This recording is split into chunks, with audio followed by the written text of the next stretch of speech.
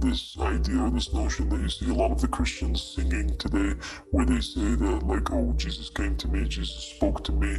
Where are they drawing this from? They're drawing it from Paul, where he proclaims that all of a sudden he's walking down the road or he's traveling down the road, and all of a sudden he's blinded, and then Jesus speaks to him and sends him forth as an apostle. Well, that's what happens now, is that you have every Christian out there proclaiming himself to be somebody who has the gift of discernment and somebody who is capable to, they say Jesus told me this, Jesus taught me that, and really Jesus told them nothing. None of them have heard the word of Jesus. They're all making stuff up in their heads.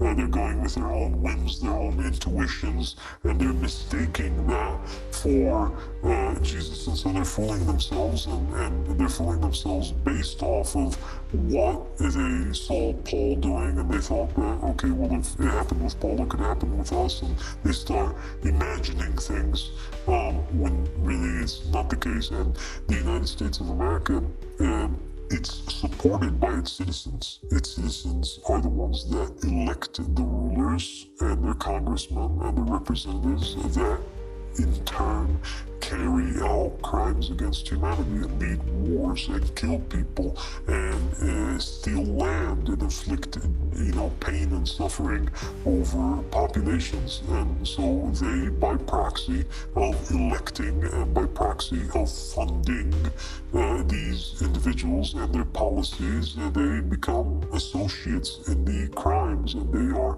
guilty. And so I don't think that they are the righteous church that they think that they are. I don't think that they have the gift of discernment. They have been stating night and day that we are a dangerous cult. This is one of the things that they said, and they're worried that they compared and likened me to being like Jim Jones, who commanded his followers to commit suicide. But the thing about it is that I've never been convicted of a crime in my life. Neither me nor anybody in my congregation. We are non-violent people. We don't believe in violence, and we've never harmed anybody. But they're the ones that harm people every single day. They're the ones that exercise violence against people every single day. They're the ones that bully people that are weaker than them. And they bully other denominations, other faiths, other religions, other minorities. They're the ones that enslave people and put them into concentration camps and cotton fields. And they do all kinds of disgraceful things to the people. We, on the other hand, we don't do that. So I think that the term cult, it applies to them. They're the ones that are behaving like radical religious fundamentalists that are really not projecting or reflecting the morals and the manners of Jesus. They're not practicing the laws of Jesus. They're doing everything that is anti-Jesus and anti-Christ. And for that reason, I said that the spirit of the Antichrist is upon them. That's the one that's discerning for them. That's the only spirit that's giving them information and mobilizing them to do things. They're a nation of selfishness.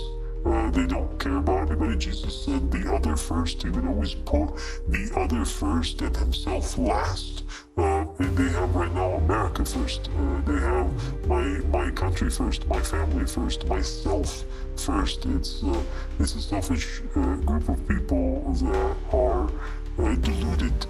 They are a gigantic cult. That's a very dangerous cult because they have weapons. We don't have weapons.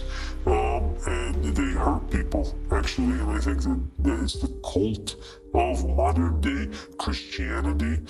It's the largest cult in the world that has over 2 billion followers.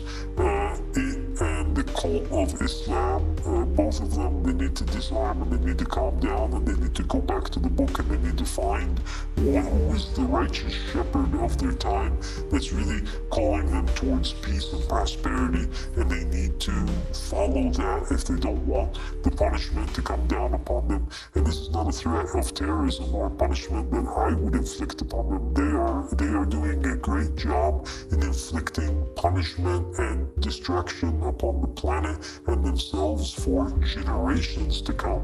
So the way that God God's going to punish them first and foremost is through their own hands, really, by allowing them to self-annihilate each other.